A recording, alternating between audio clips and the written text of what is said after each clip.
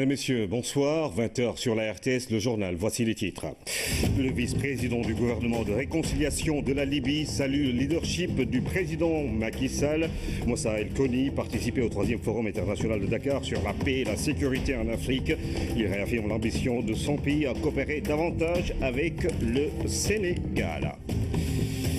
Et puis 56 milliards de hausse, plus de 133 milliards pour le budget du ministère de l'Intérieur et de la Sécurité publique, le recrutement de plus de 3200 agents, les législatives de juillet 2017, le programme d'urgence de modernisation des axes frontaliers, la nouvelle carte d'identité, le fichier électoral, autant de points qui sont revenus lors du vote.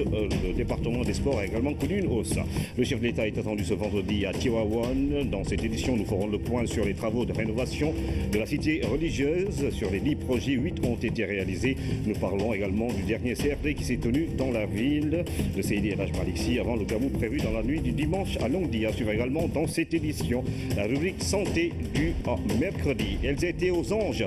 Elles vont devoir avaler une amère pilule après leur belle victoire face à la Tunisie et le rêve de jouer leur première finale de la CAN de handball. Les Lions du Sénégal sont disqualifiés suite à la réserve des championnes en titre sur une de nos joueuses. Une douche froide que nous allons évoquer en direct avec le président de la Fédération sénégalaise de handball. Et puis dans cette édition, nous avons un invité, M. Abdoul Bal, directeur général de la SDE, qui vient nous parler des désagréments dans la distribution de l'eau à Dakar, Thiès et Louga qui est survenu ces derniers jours. Bienvenue et bonsoir à tous. Nous ouvrons ce journal par la lecture du communiqué du Conseil des ministres qui s'est réuni ce mercredi au Palais de la République avec Oumar Tchaoua. Le président Macky Sall a réuni le Conseil des ministres mercredi 7 décembre 2016 à 10h au Palais de la République. Entamant sa communication autour de la célébration prochaine du Maouloud, marquant l'anniversaire de la naissance du prophète Mohammed, paix et salut sur lui, le chef de l'État présente ses meilleurs vœux à la communauté musulmane du Sénégal et à toute la Oumma islamique avant d'informer le Conseil des visites qu'il effectuera dans ce cadre à Tivaouane, Thiénaba, Kaolack, Medina Baye, Léona Niassène et Ndiassane pour marquer la solidarité de la nation aux familles religieuses et prier dans la communion avec les fidèles pour la paix, la stabilité et la prospérité du Sénégal. Le président de la République rappelle par ailleurs au gouvernement, au titre de la gestion stratégique de nos ressources pétrolières et gazières, que la création et l'installation du comité d'orientation stratégique du pétrole et du gaz, COS Petrogaz, procède de sa volonté d'assurer dans la transparence un management performant des importantes découvertes de gisements de pétrole et de gaz. En conséquence, le gouvernement devra apporter au secrétariat permanent du COS Petrogaz tout le concours nécessaire pour assurer une gestion inclusive de nos ressources pétrolières et gazières. En outre, le président de la République invite le Premier ministre à veiller à l'adoption dans les meilleurs délais du projet de loi d'orientation encadrant la gestion et les modalités de répartition des ressources financières issues de l'exploitation des ressources tirées du sous-sol et à l'adaptation de la loi 2012-34 du 31 décembre 2012 autorisant la création du Fonds souverain d'investissement stratégique FONSIS. En effet, relativement à la réforme indiquée du Fonds 6, il convient de prendre en compte dans sa doctrine d'investissement la rentabilisation des actifs financiers affectés à partir des recettes budgétaires encaissées par l'État au titre de l'exploitation des ressources minières, pétrolières et gazières. Le chef de l'État demande enfin au Premier ministre de veiller à la mise en place, en rapport avec les sociétés d'hydrocarbures et sous la coordination du secrétariat permanent du COS Petrogaz, d'un Institut national du pétrole et du gaz, avec pour mission essentielle la formation des cadres et des personnels de maîtrise dans les métiers du sous-secteur ainsi que la recherche-développement. Poursuivant sa communication autour du programme stratégique de modernisation des systèmes de sécurité, des systèmes d'information de l'État, articulé autour du renforcement de la protection des communications téléphoniques gouvernementales, des informations transmises par télécopie par les différents départements ministériels et de la messagerie électronique gouvernementale, le président de la République indique au gouvernement l'impératif du renforcement significatif des capacités nationales de sécurisation des systèmes d'information et de leur inviolabilité. Le chef de l'État a clos sa communication sur son agenda diplomatique en revenant sur les enjeux du Forum international de Dakar sur la paix et la sécurité auquel plusieurs chefs d'État et de gouvernement ont pris part et en adressant ses félicitations au ministre des Affaires étrangères et des Sénégalais de l'extérieur, pour la parfaite organisation et le succès de cette rencontre de haut niveau, désormais inscrite à l'agenda international. Le Premier ministre a axé sa communication sur la mission qu'il a effectuée au nom du chef de l'État à Abu Dhabi dans le cadre de la première conférence internationale sur la protection du patrimoine culturel dans les zones de conflit, avant de rendre compte du suivi et de la coordination de l'activité gouvernementale. Le ministre de l'Économie, des Finances et du Plan a fait le point de la conjoncture économique nationale et internationale. Au titre des textes législatifs et réglementaires, le Conseil a adopté le projet de loi relatif à l'exercice de la profession de sage-femme au Sénégal et portant création de l'ordre des sages-femmes et des maïeuticiens. Au titre des mesures individuelles, le président de la République a pris les décisions suivantes.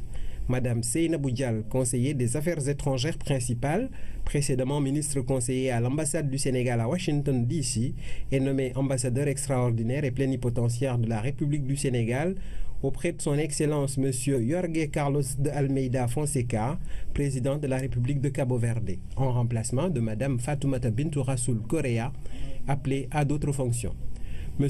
Wali Faye, conseiller en planification, est nommé directeur de l'administration générale et de l'équipement du ministère de l'Éducation nationale, en remplacement de M. Ndiaga Diagne, appelé à d'autres fonctions. C'est signé le ministre porte-parole du gouvernement. Alors, vous avez sans doute retenu que le projet de loi portant création de l'ordre des sages-femmes et des maïeuticiens a été donc évoqué lors de ce Conseil des ministres. Je suis avec Oumar Diaw. Oumar, bonsoir. Bonsoir Ibrahim. Alors, c'est quoi, on connaît l'ordre des sages-femmes, on les connaît, mais c'est quoi les maïeuticiens En vérité, il n'y avait pas encore d'ordre des sages-femmes, donc un ordre par définition étant un groupement, donc une sorte d'association de professionnels d'un même secteur qui défendent un peu leurs intérêts. On connaît l'ordre des médecins, l'ordre des avocats. Alors, ça a été une vieille revendication des sages-femmes d'avoir un ordre. Maintenant, le problème, c'est qu'il y a aussi des hommes qui font ce métier-là, un peu de sage-femme. C'est-à-dire qu'on a des maïeuticiens, ce n'est pas les maïeuticiens de Socrate qui faisaient accoucher des esprits. Ici, il s'agit de faire accoucher des femmes. Dès l'instant que le métier est maintenant ouvert aux hommes, ce sont des accoucheurs, mais là, ce sont des hommes qui font ce métier de sage-femme. On connaissait aussi les obstétriciens. La petite différence, c'est que l'obstétricien, c'est un médecin, en même temps un chirurgien. Alors les maïeuticiens, ce sont les hommes qui vont devoir... faire ce travail qu'on connaissait pour les sages-femmes, c'est-à-dire tout ce qui est examen prénatal, tout ce qui est suivi de la grossesse, donc aussi visite postnatale et donc encadrement de la femme durant toute la période de la grossesse. C'est bien clair. Merci Oumar. Alors nous parlons de ce forum international de Dakar sur la paix et la sécurité qui a pris fin hier avec un panel de haut niveau et des chefs d'État aux côtés du président Macky Sall, les présidents du Nigeria, du Cap-Vert. Ils étaient en compagnie des premiers ministres du Mali, du Togo, du vice-président du gouvernement de réconciliation de la Libye et du ministre français de la Défense. Discussion autour des causes et solutions du terrorisme et de l'extrémisme radical. La synthèse de Oumar Ning. Au bout de 2 jours d'atelier, les discussions prennent un format plus vivant avec un thème dont les enjeux sont évidents. Le thème de cette année a été l'Afrique face à ses défis sécuritaires. Regard croisé. Regard croisé pour des solutions efficientes. À travers le libellé de ce sujet, on voit bien que la problématique qui est posée n'est pas une problématique locale. Elle n'est même pas une problématique régionale, mais elle est une problématique globale. Le terrorisme aujourd'hui se manifeste sous différentes formes. L'extrémisme, le radicalisme se voit aussi bien dans les sociétés développées, dans les pays de l'Europe, des États-Unis, d'Asie, mais il se manifeste également en Afrique sous différentes formes. À ce panel de haut niveau, il y a des pays qui ont une expérience connue. C'est le Nigeria, c'est aussi le Mali. Je pense que Boko Haram s'est tiré une balle dans la jambe lorsque, en fait, il, en vertu de la religion, tue les filles, tue ces filles qui vont à l'école au nom d'Allah. Ceci est une contradiction flagrante. Vous ne pouvez pas tuer des gens et dire Allahu Akbar. Peut-être conviendrait-il, monsieur le chef d'État, que cette réunion, qui est le creuset de tant d'espoir, puisse permettre au Mali au moins de connaître davantage de paix et de sécurité, parce que nous avons, nous, bénéficié de la solidarité internationale. Question complexe à laquelle il faut donc apporter des réponses. À l'évidence, les moyens militaires restent une priorité. Il importe, c'est une des leçons que je retiens de ce forum, ce qui est d'ailleurs inscrite dans la première intervention du président Macky Sall, il importe aujourd'hui, pour garder la souveraineté des États, donc singulièrement pour sécuriser leurs frontières, que ces États se dotent d'armées nationales structurées. Dans des pays comme la Libye, ce besoin est réel, surtout dans ce contexte de victoire sur l'État islamique dans la localité de Sirte. Comme vous le savez, la Libye n'a pas d'armée au sens véritable du terme. Depuis la chute du régime Kadhafi, les institutions militaires et sécuritaires se sont effondrées. Donc il nous manque aujourd'hui les capacités en termes de renseignement qui pourraient nous aider à poursuivre tous ces combattants. Mais au-delà de l'équipement des armées nationales, il y a d'autres solutions. Nous maîtrisons la situation et que nous allons nous tourner vers l'agriculture, vers l'exploitation des ressources minières également. Nous disposons sur notre continent et dans notre pays de ressources hydriques. Il faut lutter pour la sécurité dans nos pays, mais dans un cadre du respect des valeurs démocratiques. Le lien est très fort entre la notion ou les concepts de paix, de sécurité et de développement. On peut dire aussi entre sécurité, démocratie et développement. La lutte contre le terrorisme, c'est aussi une action concertée contre l'idéologie terroriste, contre l'endoctrinement. Ce message du président Macky Sall est conforté par le vice-premier ministre libyen.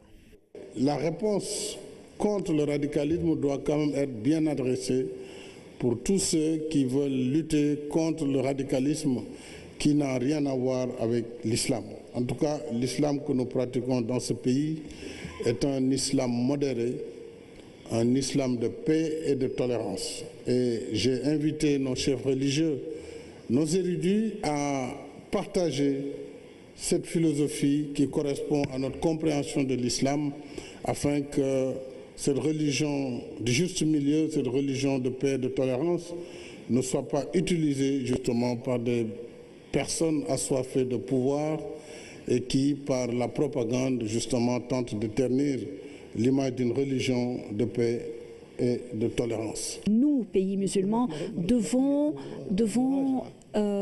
revoir, réexaminer l'islam, ou plutôt en reparler avec ces jeunes ou en reparler avec les cheikhs qui guident ces jeunes.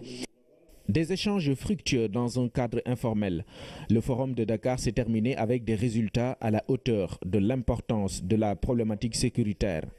Le président Macky Sall a remercié ses homologues présents, ceux qui se sont fait représenter, ainsi que les experts et autres participants qui ont contribué à la réussite du forum de Dakar.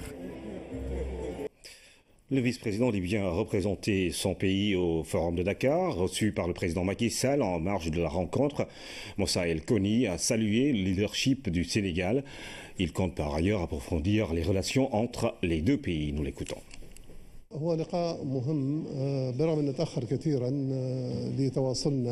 C'était une rencontre très importante après assez longtemps qu'on n'a pas pris de contact, nous, en tant que conseil présidentiel en Libye. On a abordé ce forum et les différentes questions régionales qui intéressent les deux pays.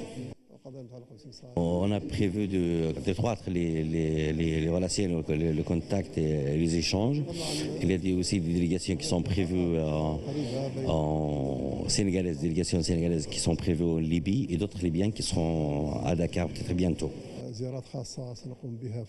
Le Sénégal constitue une partie très importante et décisive dans le continent africain et dans la région en particulier. Pour cela, on compte vraiment développer nos relations et nos échanges et nos différentes concertations avec le Sénégal. En présent de l'actualité à l'Assemblée nationale, le Parlement a examiné et adopté 3 projets de loi portant sur le Conseil supérieur de la magistrature, la Cour suprême et les services de renseignement, des textes qui ont été adoptés sans débat et à l'unanimité. Plus de détails avec Pabouna Diaw. Le premier texte soumis à l'appréciation des parlementaires a été adopté sans débat à l'unanimité. Il s'agit du projet de loi organique 3216 portant organisation et fonctionnement du Conseil supérieur de la magistrature. Le statut des magistrats, la durée de leur mandat, entre autres points, pris en compte par le texte qui réorganise cette institution judiciaire. Autre sujet à l'ordre du jour, le projet de loi 28-2016 relatif au service du renseignement. Le texte vient combler un vide juridique en instituant un cadre réglementaire définissant les missions du service des renseignements, les moyens mis en œuvre, les mécanismes de contrôle, les règles spéciales applicables au personnel, ainsi que les infractions relatives au renseignement. Répondant à une seule interpellation sur le statut des hommes du renseignement, le garde des Sceaux, ministre de la Justice, a rappelé les 3 objectifs de cette législation que sont la sécurité nationale, la sécurité des citoyens sans violer leurs droits et la protection du personnel des services du renseignement. Le texte a été ensuite adopté à l'unanimité. À l'unanimité également et sans débat, les représentants du peuple ont adopté le projet de loi organique numéro 30-2016, abrogeant et remplaçant la loi organique numéro 2008-35 du 8 août 2008 sur la Cour suprême. Ce projet de loi a pour objectif de corriger les insuffisances et les incohérences liées au fonctionnement de cette institution.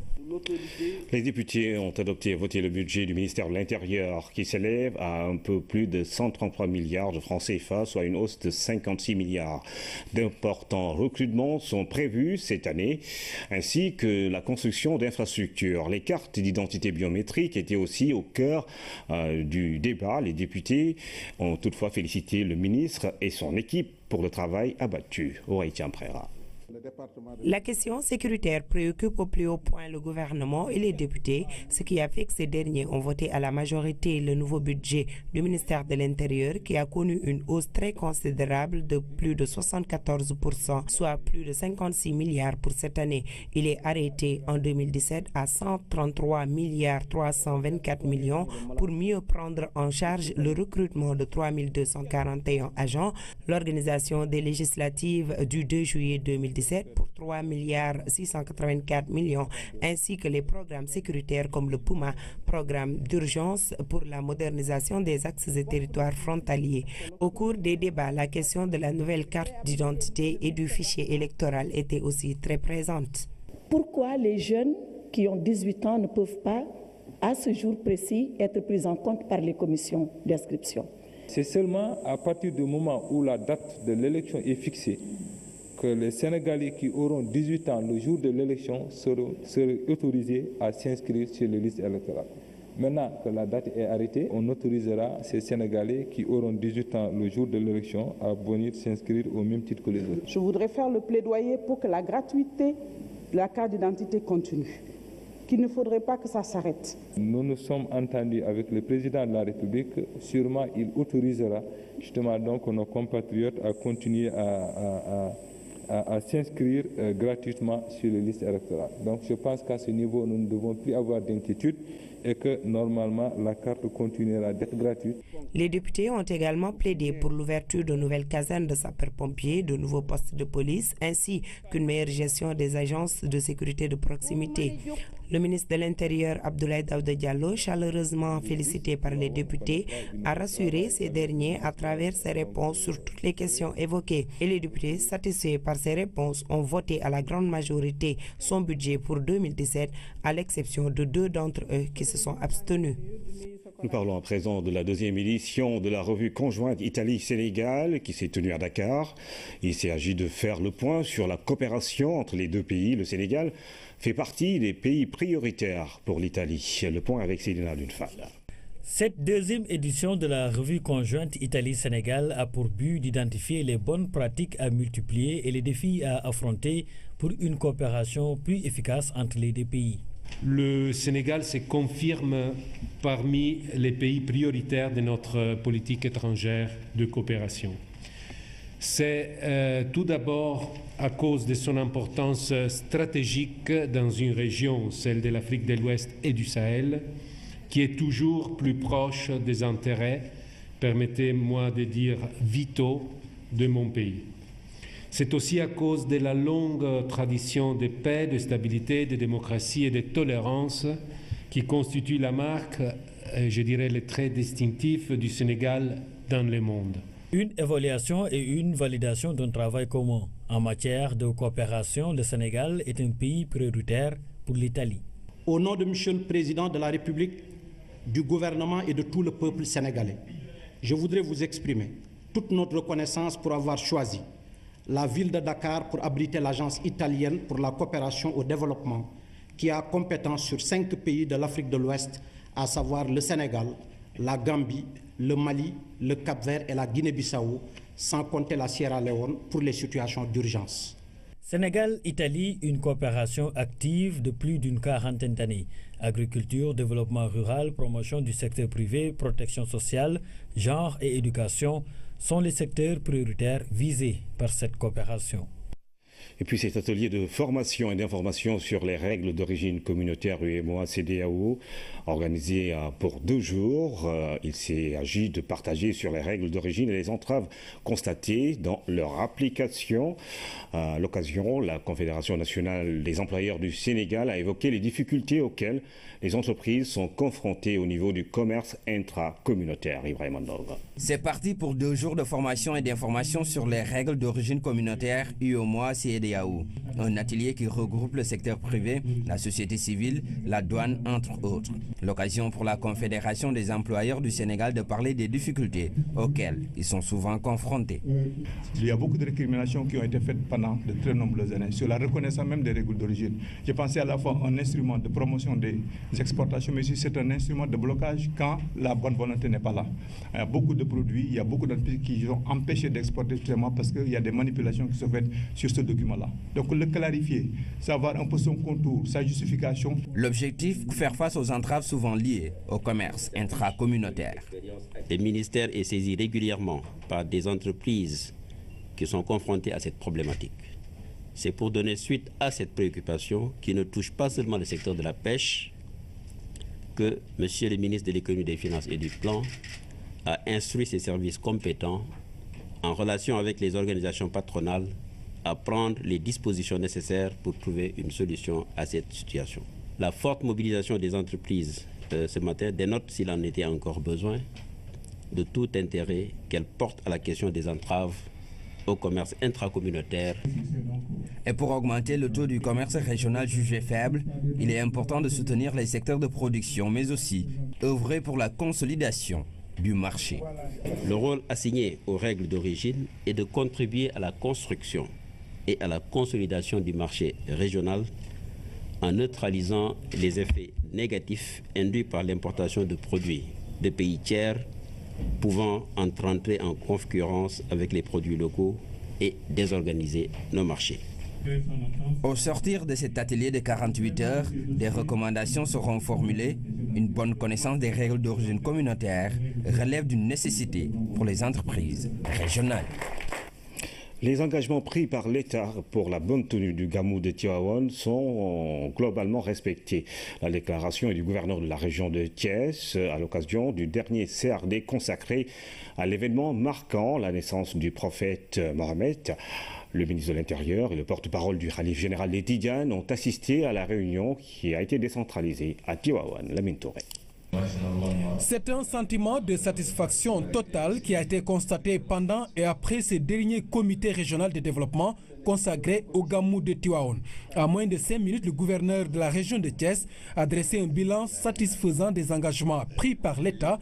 Ils sont liés aux dispositifs sanitaires, à l'eau, à l'assainissement, entre autres. Donc on a fait une réunion particulièrement courte parce qu'en vérité, il n'y avait pas de point de discussion à l'ordre du jour.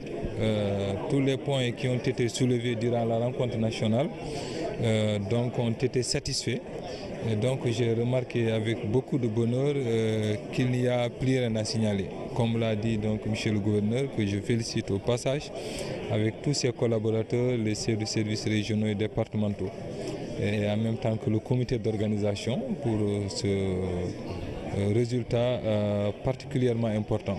Parce que d'habitude, cette réunion était toujours l'occasion de parfaire un peu les derniers réglages. Mais là, on s'est rendu compte, à notre grande surprise, que tout se passe particulièrement bien. Touchons du bois et espérons tout simplement que d'ici les quelques jours qui nous séparent encore du Gamou, qu'on continuera d'être vigilant et en même temps de travailler en tout cas à ce que cette belle surprise que nous venons de réaliser aujourd'hui soit ressentie par tous les pèlerins.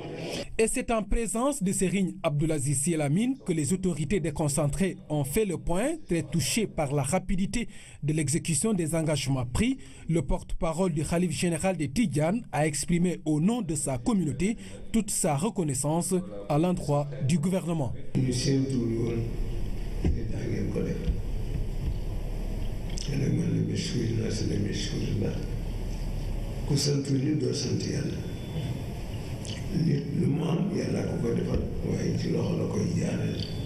On s'attendait à cette volonté de respecter les engagements pris. On rend grâce à Dieu et si le Gamou arrivait à réussir comme prévu, c'est parce que les gens se sont investis.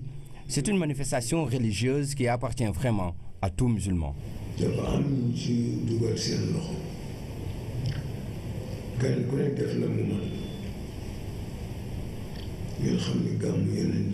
Ce vendredi marque une étape cruciale dans la tenue du Gamou de Tivaouane. Il coïncide avec la fin du bourg et l'arrivée du chef de l'État dans la ville. Le ministre de l'Intérieur et ses services ont pris toutes les dispositions nécessaires de sécurité. Et puis le gouvernement du Sénégal a entrepris un important programme de modernisation de toutes les cités religieuses du Sénégal. Tivaouane, à l'instar des autres villes, a bénéficié d'infrastructures modernes d'un coût global de 7 milliards de francs CFA. Ces travaux entrepris par l'État du Sénégal sous la supervision de l'AGEROUTE vont améliorer les conditions de vie des populations de la cité religieuse et des villages environnants. La revue de ces travaux avec Fatou Sarou.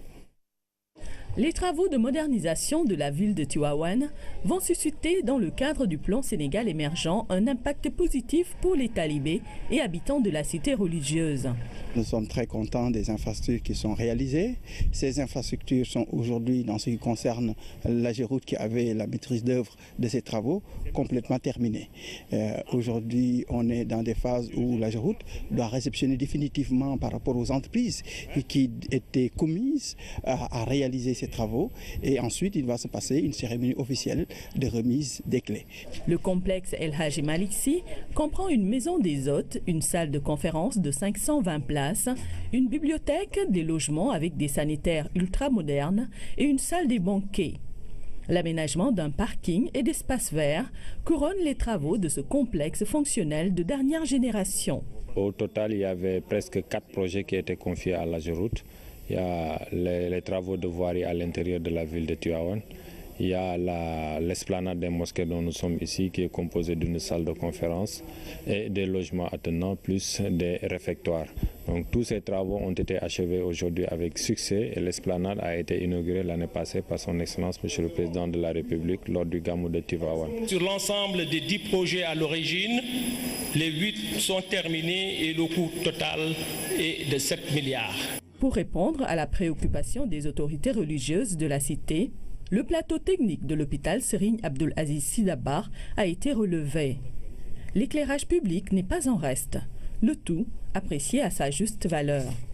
En plus de la voie de contournement de la ville de Tivaouane, 16 km de route ont été bitumés. Le code de la route santaane ku ca yem ñu ma doo def accident waaye boo ko defee du garaaw ndax suñu baay bu baax ba Alxaaji Faliilu Mbàkke radiyallaahu anhu dafa daan wax ne moom de daw bu baax dal bu baax rek dox ndànk du te àgg fu nga jëm. Ainsi, la ville de Seydi El Hadji Malick Sy va vivre le Gamou 2016 dans de meilleures conditions. Sur ce plateau, M. Abdoul Bal, le directeur général de la SDE, qui est notre invité. M. Bal, bonsoir et bienvenue. Bonsoir Ibrahima et merci de m'avoir invité. Il y aura de l'eau à Tivaouane, sans doute. Tivaouane, on a dit la SDE est toujours présente à Tivaouane dans le cadre de cet événement important. Gamou, Mouloud de Tivaouane, qui se passe, faire en sorte que tous les pèlerins aient de l'eau. L'avant-veille, la veille et le jour du Gamou, c'est le moment de pointe. Et le comité d'organisation souhaite avoir beaucoup de points d'eau. On en a fait plus de 400 points d'eau pour que les populations puissent s'approvisionner. Réaliser des branchements sociaux, 1 millier de branchements a été réalisé. Et puis bien entendu des extensions de réseau. Ça a été fait en relation avec la SONES, avec le ministère de l'Hydraulique. Mais la SDE, bien entendu, est en front office, comme on dit, pour ce grand événement. Et les camions également, qui sont peut-être sans doute mis à disposition, parce que j'ai vécu un Gamou où il y avait un problème d'eau et finalement des camions sont intervenus.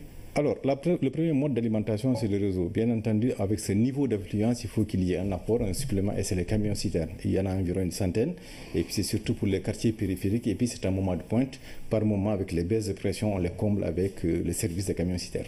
Monsieur Bal, vous êtes plutôt là pour nous parler de cet incident qui a eu lieu dans la nuit dimanche au lundi et qui a valu quelques désagréments dans les quartiers de Dakar et sa banlieue, Rufisque, Louga et Thiès. Thiès, Tivaouane est dans la région de Thiès. Alors, qu'est-ce qui s'est passé réellement? Alors, pour Tivaouane n'a pas été concerné par cet événement. Pour commencer, Ibrahima, permettez-nous de nous excuser au niveau de notre clientèle de la SDE qui a subi ces désagréments pendant 48 heures, et même un peu plus, on le verra tout à l'heure, parce que cet événement est arrivé dans un contexte particulier. Il est arrivé alors que la veille et l'avant-veille, il y avait eu des désagréments sur la distribution d'énergie électrique qui a arrêté nos usines et qui a eu un impact sur le niveau de distribution. La nuit du dimanche au lundi, nous avons eu un incident technique sur l'usine de Kermomarsar. On va encore parler de cette usine, j'en suis désolé, tout le monde en parle. Et cet incident a fait qu'il a fallu arrêter cette usine. L'usine de Kermomarsar produit 40% des besoins en eau de la ville de Dakar. Donc vous voyez, quand il n'y a plus 40%, il en reste 60%, forcément, il y a des difficultés. Et c'est ça qui s'est passé. Nous nous excusons encore une fois au niveau de notre clientèle. La nature de l'incident, on en a beaucoup parlé, j'ai entendu beaucoup de déclarations. C'est un élément de sécurité qui joint l'usine et ce qu'on appelle un système antibélier qui a connu un éclatement. C'est un tuyau qui s'est percé et quand il est percé, forcément pour le réparer, il faut arrêter l'usine. C'est ça qui s'est passé. Ça s'est passé donc durant la nuit de dimanche à lundi. Nous avons arrêté l'usine, procédé aux réparations. Maintenant, nous avons fini de réparer et l'usine remarche à nouveau depuis hier 19h. Alors pourquoi les tuyaux de Kermomarsar éclatent-ils inopinément? Il n'y a pas un dispositif de veille pour savoir un peu la durée de résistance, la capacité de résistance de ces tuyaux-là?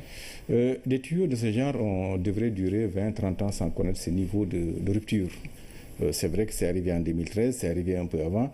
Et aujourd'hui, une des résolutions que nous avons eu à faire, nous, SDE, SONES et le ministère de l'Hydraulique, cette partie où nous avons eu à découvrir ce niveau de fragilité, c'est de le renouveler. Et c'est à court terme ça, c'est dans 6 mois, pour faire en sorte qu'il n'y ait plus ce type d'événement. Cela dit, Ibrahima, c'est des installations techniques, personne ne peut garantir qu'il n'y aura jamais de désagréments, il y en a de temps en temps, mais il faut faire en sorte qu'il n'y en ait pas souvent, et quand il y en a, malheureusement, c'est de réagir vite pour rétablir le niveau de distribution, et c'est ce que nous avons eu à faire ces derniers temps. Alors, le tuyau a-t-il éclaté à cause de la coupure d'électricité, ou bien c'est un phénomène naturel ou technique? C'est assez technique. Le conseil est le suivant, au niveau purement factuel, c'est qu'à la fin, quand l'énergie est revenue, au moment de redémarrer, nous avons eu cet incident. Alors, est-ce qu'il y a eu de cause à effet? Peut-être oui, mais au niveau des faits, c'est bien ça.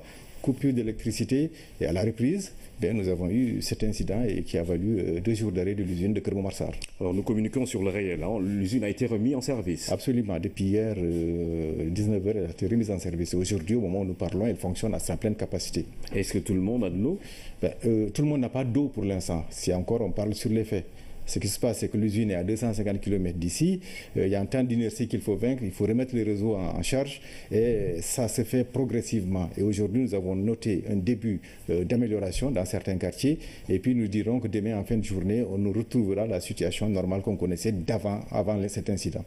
Quelles sont les dispositions supplémentaires que vous avez eu à prendre? Quand on arrive, quand on vit ce niveau d'accident, 40% de production d'eau en moins, il reste quand même 60%. Donc ce n'est pas tout le monde qui est concerné. Nous avons utilisé ces 60% au mieux, faire en sorte que tout le monde ne manque pas d'eau au plus de 24 heures. Il y a quand même certains quartiers, du fait de leur position géographique et topographique, on ne peut pas faire ce type d'aménagement. Donc les mesures d'accompagnement, c'est les camions citernes dont on a parlé tout à l'heure, et c'est ça qu'on a fait dans tous ces quartiers. Il y en a eu plus de 60. Plus des points d'eau provisoires que nous avons installés au niveau des quartiers pour que finalement les populations puissent adopter ce mode d'alimentation. Il n'est pas forcément satisfaisant, mais dans ce moment-là, c'est un mode dégradé qui permet aux populations d'avoir de l'eau en attendant le retour de la situation normale de distribution. Alors la suite, c'est quoi? Quelles sont les perspectives pour la SDE et vos clients? Les perspectives à court terme, faire en sorte que, comme je l'ai dit tantôt, cette partie fragile, on l'enlève, on met une partie beaucoup plus fiable.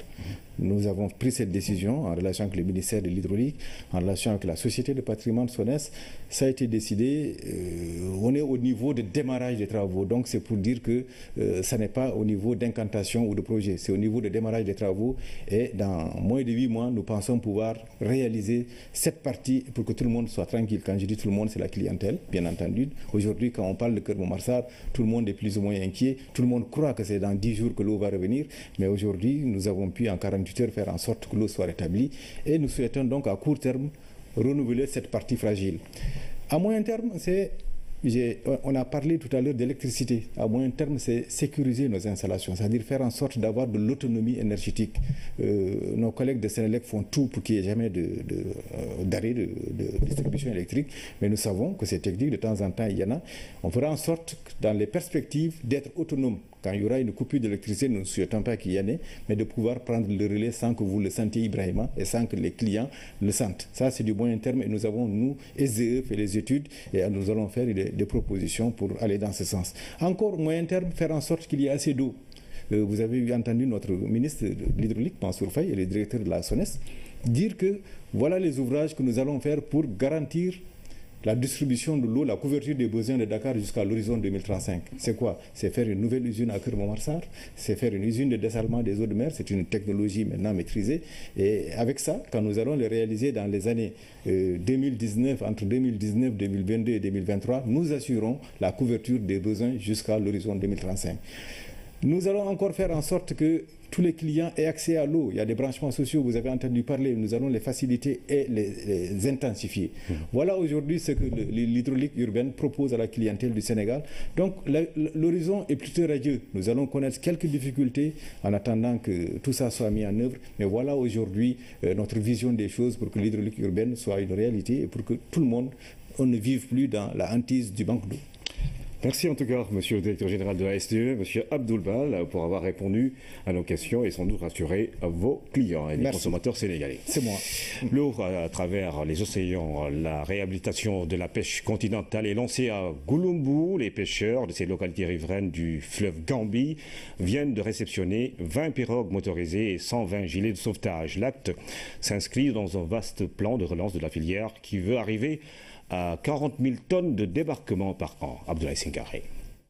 Depuis des années, la psychose d'un hippopotame tueur hante le sommet des pêcheurs de Gouloumbou. Aujourd'hui, ils poussent un ouf de soulagement grâce à ces 20 pirogues métalliques motorisées, dont du ministère de la Pêche. Il y a des rivières qui se sèchent pendant la saison sèche. Par contre, il y a des rivières ou des mares qui maintiennent l'eau 12 mois sur 12. Maintenant, quand les mares se sèchent, alors il faut que maintenant les pêcheurs descendent dans le fleuve. Alors pour le fleuve, comme il y a le problème de l'hippopotame là et consort, donc ça fait de sorte qu'on est vraiment aujourd'hui à mesure de travailler de façon un peu plus tranquille à cause des hippopotames là, parce qu'ils vont s'éloigner avec le bruit des moteurs et on peut aller au plus vite que possible avec les pirogues à moteur dans le fleuve. 20 GIE sont bénéficiaires, 13 de Gouloumbou et 7 de Vélingara, et les pirogues sont accompagnées de 120 gilets de sauvetage. Un acte attendu depuis très longtemps et salué par toutes les localités environnantes. Tout récemment, par le biais du service départemental des pêches de Vélingara, nous avons reçu un appui aux moyens de production et de sécurité, à savoir des pilets de pêche, des hameçons, des cordes, des bobines, des flotteurs, des plombs et des gilets de sauvetage. Ce geste entre dans le cadre de la modernisation de la flotte de pêche continentale qui, avec 10 000 tonnes, représente 10% du total des débarquements du secteur. L'objectif de l'État est d'arriver à 40 000 tonnes par an. Pour y arriver, les actions suivantes sont en train d'être menées. Il s'agit de l'adoption de la loi portant code de la pêche continentale, très bientôt, de l'immatriculation des embarcations de la pêche continentale et la vulgarisation du permis de pêche, du renforcement des ressources humaines et matérielles, de l'administration des pêches au niveau local. Il s'agit donc pour nous de faire en sorte qu'on augmente le potentiel du personnel de la pêche continentale. Il s'agit également de l'empoisonnement des cours d'eau, lacs, mares, estuaires, lagunes, bassins de rétention. À Tambacounda, Oumar Gueye a fait un tour au marché aux poissons dont la mise aux normes est prévue dans le BCI 2017. Célébration demain jeudi de la journée nationale de l'élevage. Pour cette édition, c'est la commune de Ndioum dans le département de Podor qui est à l'honneur. Le chef de l'État est attendu avec une question centrale, celle du financement du secteur de l'élevage. Mais où en est-on justement à ce propos?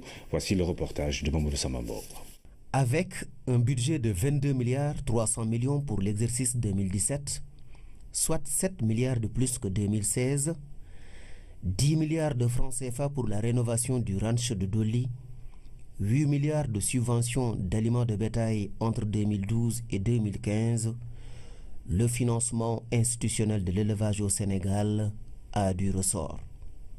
Mieux, l'État est accompagné par des projets et programmes nationaux et sous-régionaux de développement de l'élevage avec comme leviers principaux l'amélioration de races, la lutte contre la pauvreté, l'autosuffisance alimentaire et la résilience, l'autosuffisance en moutons et la valorisation du lait local. L'hydraulique pastorale s'est presque accaparée du PUDC. En témoigne la multiplication des points d'eau dans la zone sylvopastorale. Le financement de l'élevage au Sénégal peut également compter sur le cheptel national, qui constitue une valeur de refuge et une garantie pour le pasteur. Il faudra cependant travailler à la culture de l'assurance du bétail, à la mobilisation de l'épargne locale et à la révision de la facture d'importation des produits laitiers. Le financement de l'élevage au Sénégal doit aussi travailler à la visibilité et au dynamisme de son secteur privé et booster les institutions de microfinance au profit des exploitations familiales. Sur ce dernier point, le président de la République a donné le ton en mettant une subvention de 100 millions de francs CFA à la disposition de la mutuelle Banque Aïnabé, qui désormais a pour vocation de couvrir les 45 départements du Sénégal avec un financement prévu de 3 milliards de francs CFA. La 3e édition de la Journée nationale de l'élevage qui sera donc célébrée ce jeudi à Ndioum dans le département de Podor, point de convergence des éleveurs sénégalais. Le thème de cette année porte sur les enjeux et défis d'un financement optimal pour l'émergence du sous-secteur de l'élevage. L'exposition qui entre dans ce cadre est marquée par une forte présence des entreprises qui interviennent dans l'élevage à Aboubakri Kane. La journée nationale de l'élevage a été institutionnalisée par le chef de l'État, une approche participative qui permet à l'exécutif d'être en contact direct avec les éleveurs. Des échanges qui permettent au président de la République de mieux apprécier les difficultés du secteur pour leur trouver des solutions. Un des temps forts de la journée, l'exposition marquée cette année par une forte présence des entreprises qui interviennent dans ce secteur. D'abord, il y a les animaux, donc de toutes races confondues, toutes filières confondues. Filière bétail viande d'abord, composée de bovins, d'ovins et de caprins. Il y a la filière lait, aussi de chèvres, composée de chèvres laitières et de vaches laitières. Il y a la filière équine, il y a également la filière avicole et il y a le non conventionnel. Il y a au moins une trentaine d'entreprises qui seront du secteur, qui vont exposer, qui vont montrer tout ce qu'ils font au public et au président de la République. Le président de la République a de tout temps exprimé sa ferme volonté de lutter contre le vol de bétail. En partenariat avec le ministère de l'Élevage, EMC2 Group a mis en place une stratégie innovante, une solution conçue par de jeunes Sénégalais et brevetée. Nous avons eu à mettre au point cette solution qui consiste donc en deux systèmes. Un système qui est sur la base d'un collier comme vous le voyez ici. Ce collier permet de suivre l'animal partout où il est et de pouvoir le détecter en cas de vol. Alors l'autre système c'est pour les enclos. Donc quand on est en milieu fermé et qu'on a des animaux sur place, le système on met en place des capteurs qui permettent de détecter si quelqu'un est en train de vouloir faire chuter le mur, défoncer la porte ou la fenêtre. Le thème de cette année est enjeux et défis d'un financement optimal pour l'émergence du sous-secteur de l'élevage. Le projet d'appui au pastoralisme soutient les initiatives des pasteurs et agropasteurs du département de Podor. C'est un projet qui appuie le pastoralisme à travers des investissements productifs, notamment tout ce qui concerne la santé animale, la production à travers donc, les parcelles fourragères qui seront réalisées, mais également des parcs à vaccination et tout ce qui rentre dans le cadre de l'accompagnement des acteurs pour améliorer donc, aussi bien la production, mais également tout ce qui rentre dans le cadre donc, de la commercialisation donc, des produits de l'élevage. Ndjoum sera donc ce jeudi le point de convergence des éleveurs sénégalais, une troisième édition marquée par de nombreuses innovations pour l'émergence du sous-secteur de l'élevage. AMSA Assurance et l'hôpital américain de Paris nouent une convention de partenariat. Par cette signature, les deux structures s'engagent à prendre en charge les clients souscrivant une assurance maladie de AMSA. La cérémonie de signature de cette convention a eu lieu ce mardi à Dakar. Thierry. Cette signature atteste qu'une convention lie désormais AMSA Assurance à l'hôpital américain de Paris. Ce partenariat permet à tous les patients assurés chez AMSA de bénéficier de traitements de qualité à la hauteur de leurs attentes. Le pourquoi, c'est essentiellement le choix du meilleur partenaire possible. Comme vous avez pu le voir tout à l'heure, certains en ont témoigné, beaucoup de gens qui aujourd'hui vont déjà à l'hôpital américain de Paris, des milliers de Sénégalais qui y vont chaque année, mais à leur propre frais et sans aucune assurance. Donc avec nous, nous leur offrons une couverture qu'ils ont tout le temps demandée, qui leur permet donc, au niveau de l'hôpital américain de Paris, au niveau du Sénégal bien entendu, d'avoir une couverture complète. Avec son plateau technique de dernière génération, l'hôpital américain de Paris offre de nombreuses possibilités aux patients. L'établissement hospitalier ne traite pas moins de 300 pathologies en plus du gain de temps. À l'hôpital américain, nous avons un plateau médico-technique extraordinaire, nous avons cette chance. Et dans une même unité de lieu, sur une journée, on peut faire la cartographie précise d'un patient permettant d'anticiper et de détecter toute pathologie que nous pourrions découvrir. À la découverte de la moindre pathologie, nous la prenons en charge immédiatement. Et une pathologie prise au départ permet d'être soignée immédiatement. Et ça permet aux patients de passer un minimum de temps dans un établissement hospitalier, ne pas laisser la pathologie se développer et donc pouvoir s'en sortir très rapidement. Cette convention de partenariat est la première du genre à être signée par l'hôpital américain de Paris et une structure d'assurance présente sur le continent africain. Dans la rubrique santé de ce mercredi, nous vous plongeons dans l'ambiance d'un bloc opératoire, pas n'importe quel bloc. Nous allons vous proposer une opération à cœur ouvert réalisée ici au Sénégal avec une équipe mixte de praticiens français et sénégalais. Ce n'est pas tout à fait gai. Oumou Baldé. Ce type d'opération appelée chirurgie coronarienne n'est pas un acte courant à Dakar. Pour ce cas précis, l'équipe chirurgicale vient de France. Ce genre d'intervention nécessite souvent une évacuation au Maghreb ou en Europe. Moi, mon souhait le plus ardent, c'est qu'au lieu d'aller travailler ailleurs, de venir opérer ces malades au Sénégal. Parce qu'il m'est arrivé d'opérer les mêmes malades sénégalais en France. L'intervention a nécessité pas moins de 4 heures sans répit pour soulager un cœur en souffrance. Avec des gestes coordonnés et bien rodés, un pontage est réalisé sur le cœur du malade. C'est un acte qu'on fait chez les malades qui ont des sténoses coronariennes. Les malades qui ont des sténoses au niveau de ces vaisseaux coronaires ont des douleurs au niveau de la poitrine. On vont présenter dans le futur ce qu'on appelle une insuffisance cardiaque et ils peuvent faire ce qu'on appelle des morts subites. Ce qu'il faut savoir, c'est que la plupart des morts subites au Sénégal sont liées effectivement à ces maladies coronariennes. Pour une pathologie comme ça, l'acte est divisé en 3 temps. Le premier temps, c'est qu'on prélève ce qu'on appelle les greffons. Et le problème, c'est des petites artères qui font 3 mm. Et pour les prélever, il faut les prélever de façon minutieuse pour que ça garde toute leur souplesse et que ça débute bien. Le deuxième acte, c'est de mettre en place ce qu'on appelle la circulation extracorporelle. C'est-à-dire que le cœur, pour avoir accès, c'est un ballon qui est rempli de sang. Et pour travailler dessus, on a besoin de l'arrêter, de le protéger. Et pendant qu'on l'arrête, il y a une machine qu'on appelle la circulation extracorporelle qui prend le relais. Et le troisième acte et dernier, c'est de faire l'acte principal, c'est-à-dire les pontages. Cet acte a pu se faire grâce à un diagnostic bien précis. L'acquisition d'une unité de coronarographie en 2015 par l'hôpital Aristide Le Dantec y contribue. À l'issue de la coronarographie, il y a plusieurs alternatives. Soit on dit que la coronarographie est normale, les artères ne sont pas bougées, donc le malade peut se lever et puis partir. Soit on dit qu'il y a 1, 2 ou 3 artères qui sont bouchées. Et le cardiologue en ce moment-là regarde, selon ses possibilités, s'il peut déboucher ses artères coronaires, ce qu'on appelle l'angioplastie. Maintenant, il peut arriver aussi que les lésions soient multiples. Et en ce moment-là, on appelle le chirurgien cardiaque et puis lui demander ce qu'il en pense. Et le chirurgien va dire, bon, je peux ponter ici, je peux ponter là, je peux ponter là. En fait, le pontage, c'est un court-circuit de la lésion.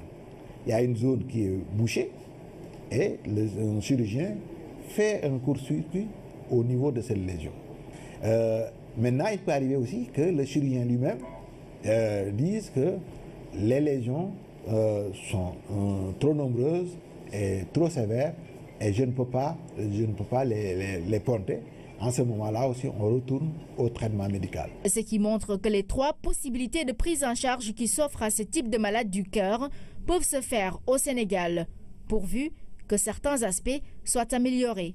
Les autorités doivent s'investir aussi dans la fourniture d'équipements de plus en plus complexes, équiper les structures pour que la prise en charge puisse être effective. Et on doit travailler de plus en plus de concert avec le SAMU national. Les gens doivent avoir le réflexe d'appeler le SAMU, le 15-15, pour que l'intervention soit plus rapide. Parce que dans la prise en charge de la crise cardiaque, c'est une course contre la montre. Le traitement commence à la maison, dans la maison même du malade. Le malade est conditionné et dans l'ambulance, le médecin continue à travailler.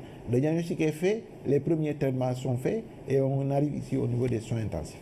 En dépit de toutes ces avancées, cardiologues et chirurgiens cardiaques mettent l'accent sur la prévention. Elle passe par l'adoption des messages qui insistent sur l'hygiène de vie, à savoir manger équilibré et pratiquer une activité physique régulière. La rubrique santé du mercredi sur cette opération à cœur ouvert. Au cœur justement de l'actualité sanitaire, l'École nationale de développement sanitaire et social qui abrite en ce moment une formation des formateurs. Cette session concerne plus d'une vingtaine de participants issus de 12 pays africains. Initié avec le soutien de la coopération japonaise depuis 2008, ce programme de renforcement des capacités est destiné aux enseignants des écoles, d'infirmiers et de sages-femmes au Marjawa. Depuis 2008, le Japon a lancé, en partenariat avec l'Organisation ouest-africaine de la santé, le projet Pays tiers destiné à l'espace francophone. La première phase, qui s'est achevée depuis 4 ans, a renforcé plus d'une centaine de formateurs, de sages-femmes et d'infirmiers. Et la belle aventure se poursuit. 24 représentants de 12 pays d'Afrique, vous allez échanger vos expériences sur un thème aussi important que le management de la qualité dans les institutions de formation en santé. La qualité, un élément essentiel partout et plus encore dans le secteur vital de la santé. Intégrer la recherche qualité dans la formation est essentiel. Le niveau de compétence des infirmiers et sages-femmes dépend essentiellement de la qualité des institutions de formation qui ont en charge la transformation de l'étudiant en véritable professionnel de santé. Pour la représentante de la JICA, ce partenariat avec l'Afrique va se poursuivre et s'intensifier.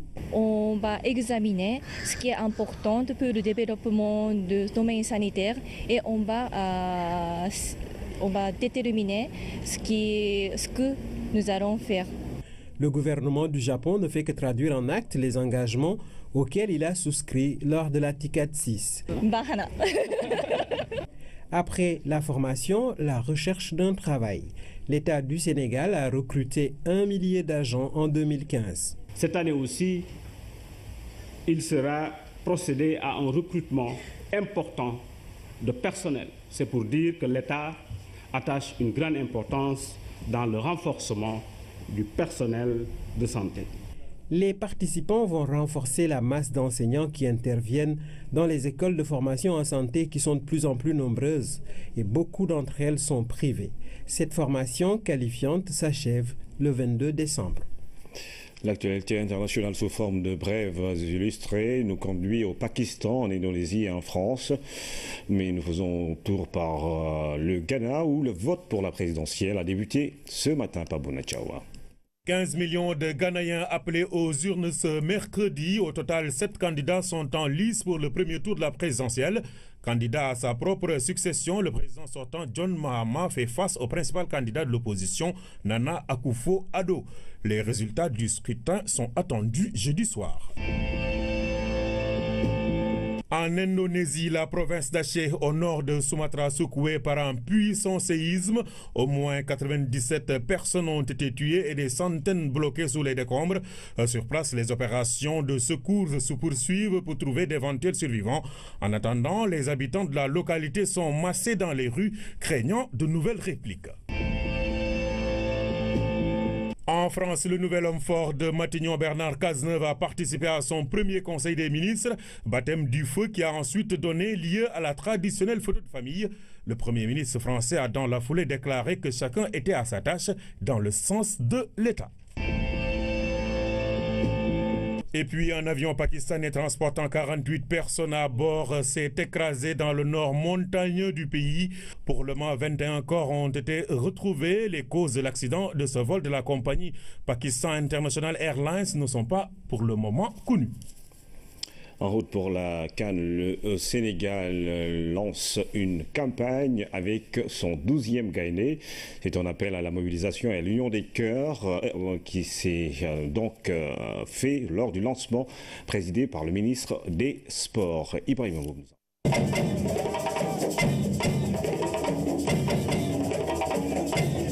Beaucoup de couleurs, du son et du rythme, une ambiance festive à la place du souvenir pour démarrer l'exécution de l'hymne national. Des prières pour la réussite de la campagne qui a pour thème Sénégal d'abord.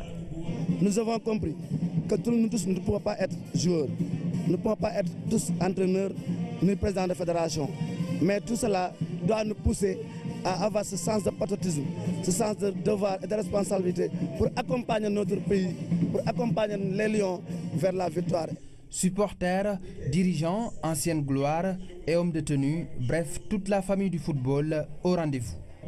En s'adressant à l'assistance, le président de la Fédération sénégalaise de football a salué la motivation, la constance, mais surtout l'initiative du 12e Gaïndé. Et je pense que c'est important.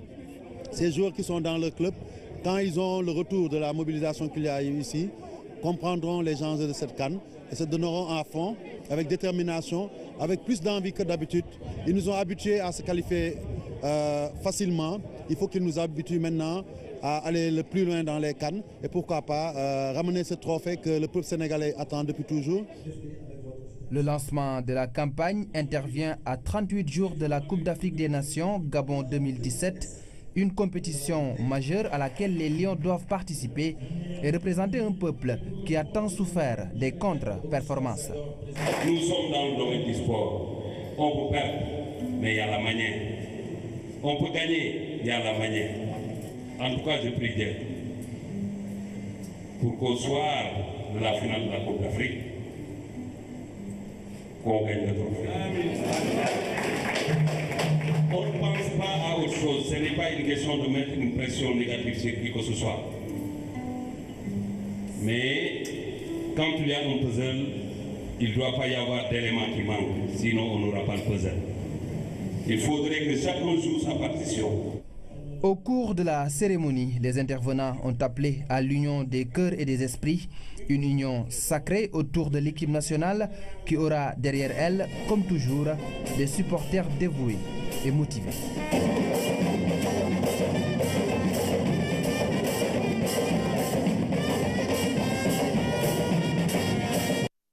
Ce n'est pas la même ambiance qui règne dans la tanière des Lions du handball à Luanda. À la surprise générale, nos joueuses sont disqualifiées de la CAN de handball alors qu'elles s'apprêtaient à disputer la finale. La réserve déposée contre l'une des joueuses du Sénégal, Dungu Kamara, est à l'origine de l'exclusion des Sénégalaises. Retour sur les faits avec Ibrahim Boupa. Il y a 48 heures, les Lions ont laissé éclater leur joie après une brillante qualification en finale de la Coupe d'Afrique de handball. Certainement une fausse joie, une illusion perdue, un espoir déçu. Comment en est-on arrivé là? Tout de suite après la demi-finale, la Fédération tunisienne de handball dépose une réserve. Elle met en cause la nationalité sportive de la capitaine des Lions, Dungu Kamara. La requête tunisienne est rejetée dans un premier temps avant d'être examinée par le jury d'appel de la Confédération africaine de handball. C'est cette instance qui a donné raison à la Tunisie ce matin, considérant que Dungu Kamara a participé au championnat du monde junior féminin sous les couleurs de la France en 2014. Le jury d'appel confirme également que Dungu Kamara n'a pas respecté le délai de 3 ans pour changer de nationalité sportive. Du coup, la joueuse est disqualifiée. L'équipe nationale du Sénégal exclue de la 22e édition de la Coupe d'Afrique des Nations senior dames. Une sentence lourde, les Lions n'iront plus en finale, encore moins à la Coupe du Monde. Les fédéraux sénégalais ont déposé un recours, mais ils ont été déboutés. Une grande déception dans le landerneau sportif. Cela dit, des questions s'imposent. Est-ce que la Fédération sénégalaise de handball a pris toutes les garanties concernant le changement de la nationalité sportive de Dungu Kamara? Pourquoi la joueuse a été autorisée à disputer la Coupe d'Afrique par la Confédération africaine de handball si tant est que sa nationalité pose problème? Autant de questions, autant d'incertitudes. Justement, pour parler de ces incertitudes et de ces questions qui taraudent les esprits, nous sommes en direct avec le président de la Fédération sénégalaise de handball, Seydou Diouf. Bonsoir. Bonsoir, Ibrahim. Vous êtes à Luanda? Oui, je suis à Luanda présentement. Alors sans doute une douche froide qui habite justement les joueuses. Amertume, consternation, déception. Président, comment en est-on arrivé à ce point-là? Je vous remercie, vous avez raison de le dire, beaucoup d'amertume, beaucoup de consternation, des filles qui n'étaient plus tenables face au choc émotionnel, pour cette grande déception. Je dois à l'entame de mon propos préciser qu'à ce jour et jusqu'au moment où je vous parle, nous n'avons pas déposé de recours, puisque nous avons été en consultation avec les juristes dans notre pays, notamment Maître Seydou Diagne, spécialiste des droits du sport, et nous avons ensemble traité de la question.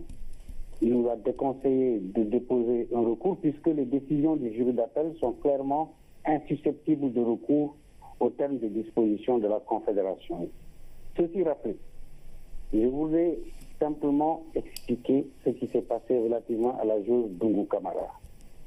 Effectivement, nous savions, nous, Fédération, que la joueuse Dungu Kamara a joué en équipe de France junior en décembre 2014. Malgré tout, pensant que la clause sur la double nationalité ne concernait que les joueuses seniors, comme cela se passe dans la plupart des disciplines sportives, nous avons saisi la CAD pour la qualification de la joueuse Dungu Kamara pour la sélection du Sénégal, pour laquelle elle optait une fois senior. La CAD a autorisé la joueuse Dungu Kamara à jouer d'abord en mars 2015 avec l'équipe du Sénégal à Thiès lors des éliminatoires aux Jeux africains. La même CAD, au même mois de mars, le 17 mars, à Luanda, ici, au tournoi qualificatif aux Jeux Olympiques, a autorisé la joueuse Dungu Kamara à jouer pour l'équipe nationale du Sénégal. Et toutes les autorités de la Confédération présentes à Luanda, du président en passant par le secrétaire général, le directeur, la directrice exécutive, tous, en autorisant Dungu Kamara à jouer pour la sélection du Sénégal, savaient déjà en mars 2015 qu'elle avait joué en junior pour l'équipe de France. Donc, en toute bonne foi, la CAB a pris la même position que le Sénégal, parce que pour la Confédération, Dungu Kamara n'ayant joué qu'en junior, elle pouvait une fois senior jouer pour le Sénégal. Et à Tokyo, ce tournoi qualificatif aux Jeux Olympiques, nous avons rencontré successivement l'Angola, la Tunisie, la RD Congo. Cette même CAB a autorisé Dungu Kamara à prendre part aux Jeux africains en septembre 2015. Et cette même CAB, ayant reçu la pré-liste du Sénégal des 25 joueurs au fin de vérification un mois avant la CAN, cette même CAB, ici, au championnat d'Afrique des Nations, a autorisé la joueuse à jouer. Donc, pour nous, il n'y a pas responsabilité du Sénégal de sa fédération. Pour nous, s'il y a eu une mauvaise interprétation de la qualification de la joueuse, cette responsabilité incombe à la CAB parce que nous sommes en possibilité de demander une qualification. Il appartient à la CAB qui rédige ses statuts, qui maîtrise ses statuts et qui les interprète de qualifier ou de ne pas qualifier. Cette qualification de Dungu Kamara ne date pas de cette CAN. Elle remonte à mars 2015. Et depuis lors, cette CAN, c'est la 4e compétition à laquelle prend part cette joueuse. Donc nous avons été surpris de ce qui s'est passé. L'autre élément concernera, parce que ça c'est des questions de fond, l'autre élément concerne la forme. Le cas de Kamara n'a pas été évoqué par la Tunisie avant le début de la rencontre. La Tunisie a attendu d'être battue par le Sénégal sur le terrain pour que, après le match, formuler une réclamation que nous n'avons jamais reçue parce qu'elle ne nous a jamais été notifiée. Il semble qu'ayant reçu cette notification, la commission d'homologation de la compétition a rejeté le recours de la Tunisie parce que la requête de la Tunisie parce que cette requête a été formulée après le match. Et sur ce fondement-là, le procès-verbal qui est sorti, qui n'a même pas manifesté cela, a simplement consigné la date à l'homologation des résultats acquis sur le terrain. Il semble également que c'est le lendemain que la Tunisie a formé un recours, un appel que nous n'avons pas vu, encore une fois. Nous n'avons ni vu la réclamation, ni vu la décision de la commission d'homologation. L'appel ne nous a pas été notifié. Et hier, toute l'après-midi, toute la journée du reste, la commission, le jury d'appel, semble-t-il, s'est réuni. Et après sa réunion, un procès-verbal est sorti aux environs de 20 heures qui confirme le match Sénégal-Angola en finale. C'est ce matin, à 12 heures, qu'un procès-verbal m'a été notifié à 12 heures pour nous dire que Dungu Kamara est disqualifié et le Sénégal exclu de la compétition. Alors, pour l'instant, c'est... Face à cette situation, le premier réflexe que j'ai eu, c'est d'entamer une consultation juridique avec certains compatriotes spécialisés dans la question et d'aller voir les joueurs et les joueuses et le staff technique qui étaient dans la consternation. Nous avons pensé qu'il fallait les sortir de ce village pour les amener dans un hôtel à Luanda pour vraiment éviter le choc émotionnel qui est terrible encore aujourd'hui où nous parlons. Alors pour l'instant, Président, c'est le flou, on ne sait pas où on va. La finale est prévue samedi, n'est-ce pas? Non, la finale vient d'être jouée. Ah oui, c'est déjà fait. Et l'Angola a battu largement la Tunisie. Nous avons un certain nombre de griefs sur la procédure, y compris sur la composition du jury d'appel, qui a été présidé par le président de la Fédération angolaise de handball, dont l'équipe devait jouer une finale, avec la partie qui aurait gagné le conflit, le litige. Nous avons un certain nombre de griefs, mais tout ceci, nous allons tout computer. Nous avons déjà commencé, et je voudrais remercier Maître Seydi Diagne, vous remercier également Ousmane Kane, le ministre des Sports qui depuis ce matin est en contact avec nous, parce qu'aujourd'hui, c'est un combat juridique qui commence. Nous allons, puisque les décisions du jury d'appel au terme des textes de la Confédération sont insusceptibles de recours, nous allons entrevoir le recours dans un premier temps auprès de la commission d'arbitrage ou du tribunal arbitral de la Fédération internationale, et en fonction de la décision, avec notre avocat et nos juristes, nous allons voir la possibilité qui est réelle de nous pouvoir devant le tribunal arbitral des sports.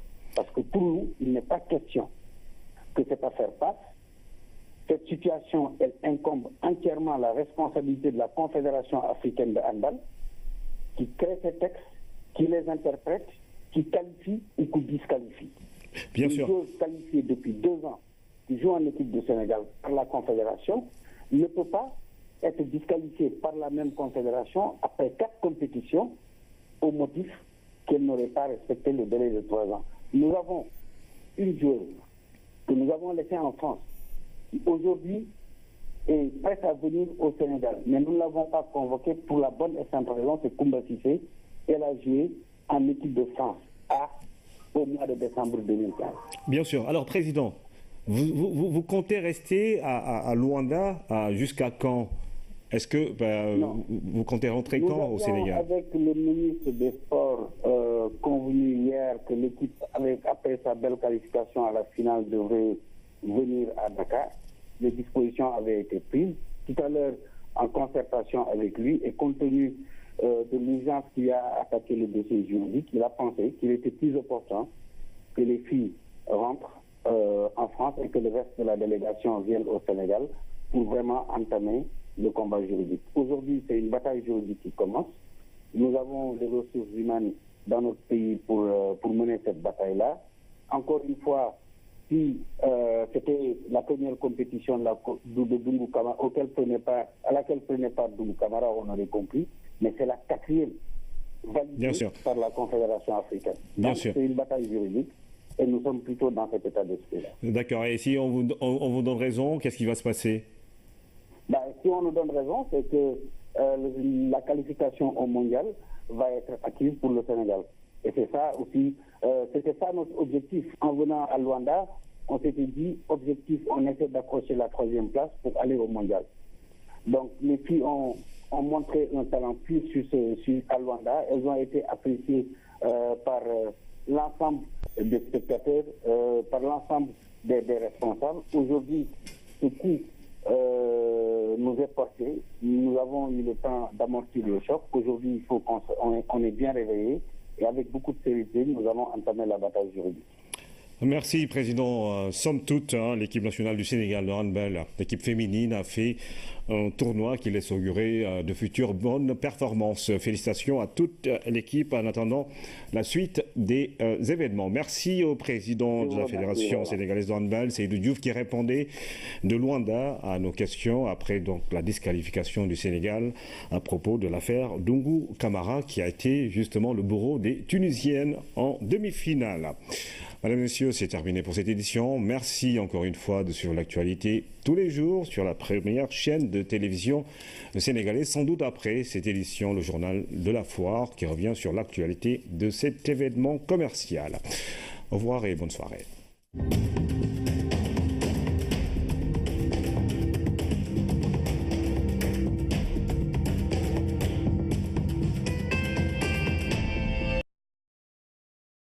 Et aussi les obstétriciens. La petite différence, c'est que l'obstétricien, c'est un médecin, en même temps un chirurgien. Alors les bioéthiciens, ce sont les hommes qui vont devoir faire ce travail qu'on connaissait pour les sages-femmes, c'est-à-dire tout ce qui est examen prénatal, tout ce qui est suivi de la grossesse, donc aussi visite postnatale et donc encadrement de la femme durant toute la période de la grossesse. C'est bien clair. Merci Omar.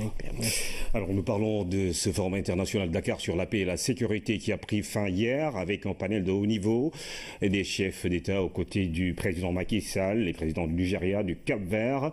Ils étaient en compagnie des premiers ministres du Mali, du Togo, du vice-président du gouvernement de réconciliation de la Libye et du ministre français de la Défense. Discussion autour des causes et solutions du terrorisme et de l'extrémisme radical. La synthèse de Oumar Ning.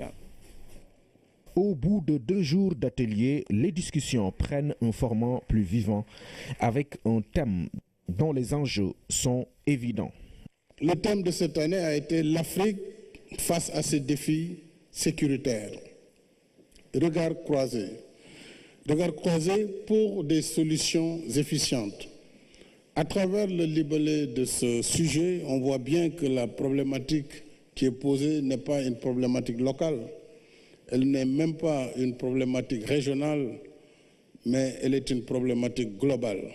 Le terrorisme aujourd'hui se manifeste sous différentes formes. L'extrémisme, le radicalisme se voit aussi bien dans les sociétés développées, dans les pays de l'Europe, des États-Unis, d'Asie, mais il se manifeste également en Afrique sous différentes formes. À ce panel de haut niveau, il y a des pays qui ont une expérience connue. C'est le Nigeria, c'est aussi le Mali.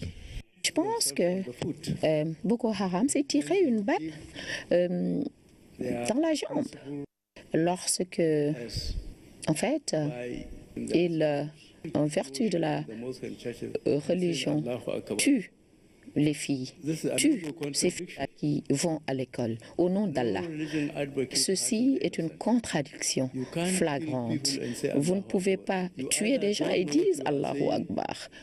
Peut-être conviendrait-il, monsieur le chef d'État, que cette réunion, qui est le creuset de tant d'espoir, puisse permettre au Mali, au moins de connaître davantage de paix et de sécurité, parce que nous avons, nous, bénéficié de la solidarité internationale. Question complexe à laquelle il faut donc apporter des réponses. À l'évidence, les moyens militaires restent une priorité. Il importe, c'est une des leçons que je retiens de ce forum, qui est d'ailleurs inscrite dans la première intervention du président Macky Sall, il importe aujourd'hui, pour garder la souveraineté des États, donc singulièrement pour sécuriser leurs frontières, que ces États se dotent d'armées nationales structurées. Dans des pays comme la Libye, ce besoin est réel, surtout dans ce contexte de victoire sur l'État islamique dans la localité de Sirte. Comme vous le savez, la Libye n'a pas d'armée au sens véritable du terme. Depuis la chute du régime Kadhafi, les institutions militaires et sécuritaires se sont effondrées. Donc il nous manque aujourd'hui les capacités en termes de renseignement qui pourraient nous aider à poursuivre tous ces combattants. Mais au-delà de l'équipement des armées nationales, il y a d'autres solutions. Nous maîtrisons la situation et que nous allons nous tourner vers l'agriculture, vers l'exploitation des ressources minières également. Nous disposons sur notre continent et dans notre pays de ressources hydriques. Il faut lutter pour la sécurité dans nos pays, mais dans un cadre du respect des valeurs démocratiques. Le lien est très fort entre la notion ou les concepts de paix, de sécurité et de développement. On peut dire aussi entre sécurité, démocratie et développement.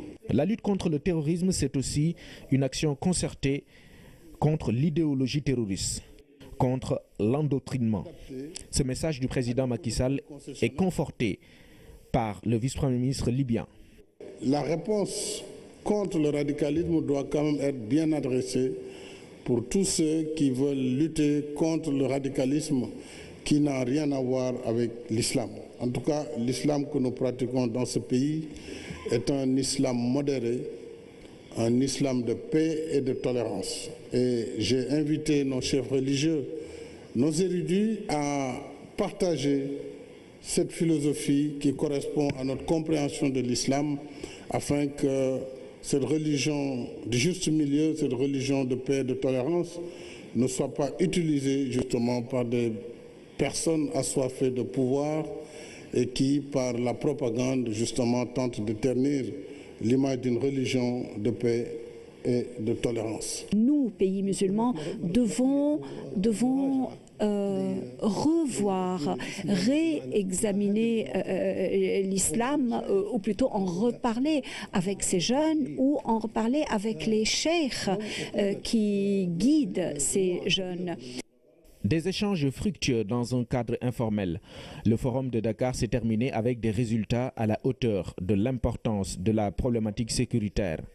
Le président Macky Sall a remercié ses homologues présents, ceux qui se sont fait représenter, ainsi que les experts et autres participants qui ont contribué à la réussite du forum de Dakar. Le vice-président libyen a représenté son pays au Forum de Dakar, reçu par le président Macky Sall en marge de la rencontre. Moussa El Koni a salué le leadership du Sénégal. Il compte par ailleurs approfondir les relations entre les deux pays. Nous l'écoutons.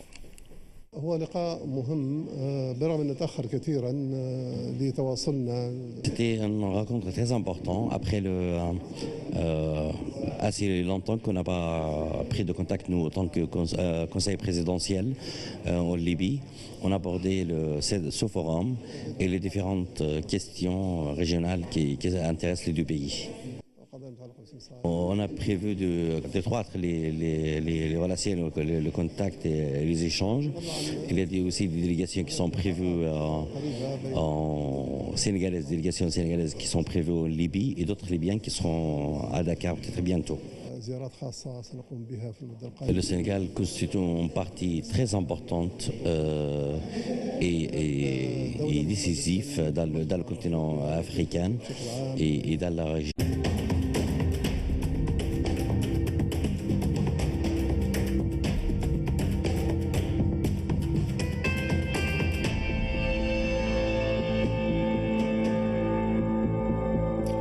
Mesdames, Messieurs, bonsoir. 20h sur la RTS, le journal. Voici les titres. Le vice-président du gouvernement de réconciliation de la Libye salue le leadership du président Macky Sall. Moussa El Koni participait au 3e Forum international de Dakar sur la paix et la sécurité en Afrique. Il réaffirme l'ambition de son pays à coopérer davantage avec le Sénégal. Et puis 56 milliards de hausse, plus de 133 milliards pour le budget du ministère de l'Intérieur et de la Sécurité publique, le recrutement de plus de 3200 agents, les législatives de juillet 2017, le programme d'urgence de modernisation des axes frontaliers, la nouvelle carte d'identité, le fichier électoral, autant de points qui sont revenus lors du vote. Le département des sports a également connu une hausse. Le chef de l'État est attendu ce vendredi à Tivaouane. Dans cette édition, nous ferons le point sur les travaux de rénovation de la cité religieuse. Sur les 10 projets, 8 ont été réalisés. Nous parlons également du dernier CRD qui s'est tenu dans la ville. Le CID El Hadj Malick Sy avant le Gamou prévu dans la nuit du dimanche à Longdi. Assure également dans cette édition la rubrique santé du mercredi. Elles étaient aux anges. Elles vont devoir avaler une amère pilule après leur belle victoire face à la Tunisie et le rêve de jouer leur première finale de la CAN de handball. Les Lions du Sénégal sont disqualifiés suite à la réserve des championnes en titre sur une de nos joueuses. Une douche froide que nous allons évoquer en direct avec le président de la Fédération sénégalaise de handball. Et puis dans cette édition, nous avons un invité, M. Abdoul Bal, directeur général de la SDE, qui vient nous parler des désagréments dans la distribution de l'eau à Dakar, Thiès et Louga qui est survenue ces derniers jours. Bienvenue et bonsoir à tous. Nous ouvrons ce journal par la lecture du communiqué du Conseil des ministres qui s'est réuni ce mercredi au Palais de la République avec Oumar Diawa. Le président Macky Sall a réuni le Conseil des ministres mercredi 7 décembre 2016 à 10h au Palais de la République. Entamant sa communication autour de la célébration prochaine du Maouloud, marquant l'anniversaire de la naissance du prophète Mohammed, paix et salut sur lui, Le chef de l'État présente ses meilleurs vœux à la communauté musulmane du Sénégal et à toute la Oumma islamique avant d'informer le Conseil des visites qu'il effectuera dans ce cadre à Tivaouane, Thiénaba, Kaolack, Medina Baye, Léona Niassène et Ndiassane pour marquer la solidarité de la nation aux familles religieuses et prier dans la communion avec les fidèles pour la paix, la stabilité et la prospérité du Sénégal. Le président de la République rappelle par ailleurs au gouvernement, au titre de la gestion stratégique de nos ressources pétrolières et gazières, que la création et l'installation du comité d'orientation stratégique du pétrole et du gaz, COS-Pétrogaz, procède de sa volonté d'assurer dans la transparence un management performant des importantes découvertes de gisements de pétrole et de gaz. En conséquence, le gouvernement devra apporter au secrétariat permanent du COS-Pétrogaz tout le concours nécessaire pour assurer une gestion inclusive de nos ressources pétrolières et gazières. En outre, le président de la République invite le Premier ministre à veiller à l'adoption dans les meilleurs délais du projet de loi d'orientation encadrant la gestion et les modalités de répartition des ressources financières issues de l'exploitation des ressources tirées du sous-sol et à l'adaptation de la loi 2012-34 du 31 décembre 2012 autorisant la création du Fonds souverain d'investissement stratégique FONSIS. En effet, relativement à la réforme indiquée du Fonds 6, il convient de prendre en compte dans sa doctrine d'investissement la rentabilisation des actifs financiers affectés à partir des recettes budgétaires encaissées par l'État au titre de l'exploitation des ressources minières, pétrolières et gazières. Le chef de l'État demande enfin au Premier ministre de veiller à la mise en place, en rapport avec les sociétés d'hydrocarbures et sous la coordination du secrétariat permanent du COS-Pétrogaz, d'un institut national du pétrole et du gaz, avec pour mission essentielle la formation des cadres et des personnels de maîtrise dans les métiers du sous-secteur ainsi que la recherche-développement.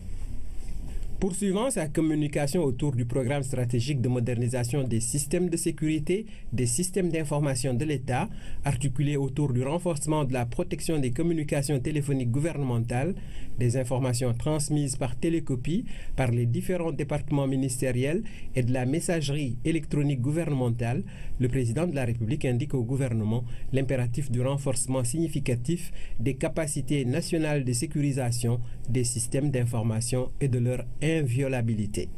Le chef de l'État a clos sa communication sur son agenda diplomatique en revenant sur les enjeux du Forum international de Dakar sur la paix et la sécurité auquel plusieurs chefs d'État et de gouvernement ont pris part et en adressant ses félicitations au ministre des Affaires étrangères et des Sénégalais de l'extérieur pour la parfaite organisation et le succès de cette rencontre de haut niveau désormais inscrite à l'agenda international.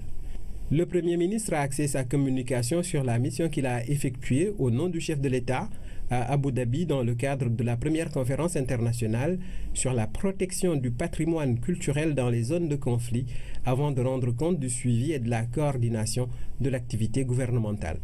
Le ministre de l'Économie, des Finances et du Plan a fait le point de la conjoncture économique nationale et internationale. Au titre des textes législatifs et réglementaires, le Conseil a adopté le projet de loi relatif à l'exercice de la profession de sage-femme au Sénégal et portant création de l'ordre des sages-femmes et des maïeuticiens. Au titre des mesures individuelles, le président de la République a pris les décisions suivantes. Madame Seynabou Dial, conseiller des Affaires étrangères principale, précédemment ministre conseiller à l'ambassade du Sénégal à Washington DC, est nommée ambassadeur extraordinaire et plénipotentiaire de la République du Sénégal auprès de son Excellence M. Jorge Carlos de Almeida Fonseca, président de la République de Cabo Verde, en remplacement de Mme Fatoumata Bintou Rassoul Correa, appelée à d'autres fonctions. M. Wali Faye, conseiller en planification, est nommé directeur de l'administration générale et de l'équipement du ministère de l'Éducation nationale, en remplacement de M. Ndiaga Diagne, appelé à d'autres fonctions. C'est signé le ministre porte-parole du gouvernement. Alors, vous avez sans doute retenu que le projet de loi portant création de l'ordre des sages-femmes et des maïeuticiens a été donc évoqué lors de ce Conseil des ministres. Je suis avec Oumar Diaw. Oumar, bonsoir. Bonsoir, Ibrahim. Alors, c'est quoi, on connaît l'ordre des sages-femmes, on les connaît, mais c'est quoi les maïeuticiens En vérité, il n'y avait pas encore d'ordre des sages-femmes, donc un ordre par définition étant un groupement, donc une sorte d'association de professionnels d'un même secteur qui défendent un peu leurs intérêts. On connaît l'ordre des médecins, l'ordre des avocats. Alors, ça a été une vieille revendication des sages-femmes d'avoir un ordre. Maintenant, le problème, c'est qu'il y a aussi des hommes qui font ce métier-là, un peu de sage-femme. C'est-à-dire qu'on a des magnéticiens, ce n'est pas les magnéticiens de Socrate qui faisaient accoucher des esprits. Ici, il s'agit de faire accoucher des femmes. Dès l'instant que le métier est maintenant ouvert aux hommes, ce sont des accoucheurs, mais là, ce sont des hommes qui font ce métier de sage-femme.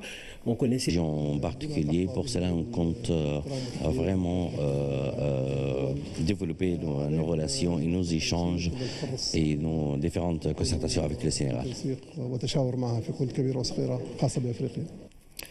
Représentant l'actualité à l'Assemblée nationale, le Parlement a examiné et adopté 3 projets de loi portant sur le Conseil supérieur de la magistrature, la Cour suprême et les services de renseignement, des textes qui ont été adoptés sans débat et à l'unanimité. Plus de détails avec Pabou Nadja. Le premier texte soumis à l'appréciation des parlementaires a été adopté sans débat à l'unanimité. Il s'agit du projet de loi organique 3216 portant organisation et fonctionnement du Conseil supérieur de la magistrature. Le statut des magistrats, la durée de leur mandat, entre autres points, pris en compte par le texte qui réorganise cette institution judiciaire. Autre sujet à l'ordre du jour, le projet de loi 28-2016 relatif au service du renseignement. Le texte vient combler un vide juridique en instituant un cadre réglementaire définissant les missions du service des renseignements, les moyens mis en œuvre, les mécanismes de contrôle, les règles spéciales applicables au personnel, ainsi que les infractions relatives au renseignement. Répondant à une seule interpellation sur le statut des hommes du renseignement, le garde des Sceaux, ministre de la Justice, a rappelé les 3 objectifs de cette législation que sont la sécurité nationale, la sécurité des citoyens sans violer leurs droits et la protection du personnel des services du renseignement. Le texte a été ensuite adopté à l'unanimité. À l'unanimité également et sans débat, les représentants du peuple ont adopté le projet de loi organique numéro 30-2016, abrogeant et remplaçant la loi organique numéro 2008-35 du 8 août 2008 sur la Cour suprême. Ce projet de loi a pour objectif de corriger les insuffisances et les incohérences liées au fonctionnement de cette institution. Les députés ont adopté et voté le budget du ministère de l'Intérieur qui s'élève à un peu plus de 133 milliards de francs CFA, soit une hausse de 56 milliards. D'importants recrutements sont prévus cette année, ainsi que la construction d'infrastructures. Les cartes d'identité biométrique étaient aussi au cœur du débat. Les députés ont toutefois félicité le ministre et son équipe pour le travail abattu. Aurélien Préra. La question sécuritaire préoccupe au plus haut point le gouvernement et les députés, ce qui a fait que ces derniers ont voté à la majorité le nouveau budget du ministère de l'Intérieur qui a connu une hausse très considérable de plus de 74%, soit plus de 56 milliards pour cette année. Il est arrêté en 2017 à 133 milliards 324 millions pour mieux prendre en charge le recrutement de 3241 agents, l'organisation des législatives du 2 juillet 2017 pour 3 milliards 684 millions, ainsi que les programmes sécuritaires comme le PUMA, programme d'urgence pour la modernisation des axes et territoires frontaliers. Au cours des débats, la question de la nouvelle carte d'identité et du fichier électoral était aussi très présente. Pourquoi les jeunes qui ont 18 ans ne peuvent pas, à ce jour précis, être pris en compte par les commissions d'inscription? C'est seulement à partir du moment où la date de l'élection est fixée que les Sénégalais qui auront 18 ans le jour de l'élection seront autorisés à s'inscrire sur les listes électorales. Maintenant que la date est arrêtée, on autorisera ces Sénégalais qui auront 18 ans le jour de l'élection à venir s'inscrire au même titre que les autres. Je voudrais faire le plaidoyer pour que la gratuité de la carte d'identité continue, qu'il ne faudrait pas que ça s'arrête. Nous nous sommes entendus avec le président de la République. Sûrement, il autorisera justement donc nos compatriotes à continuer à s'inscrire gratuitement sur les listes électorales. Donc je pense qu'à ce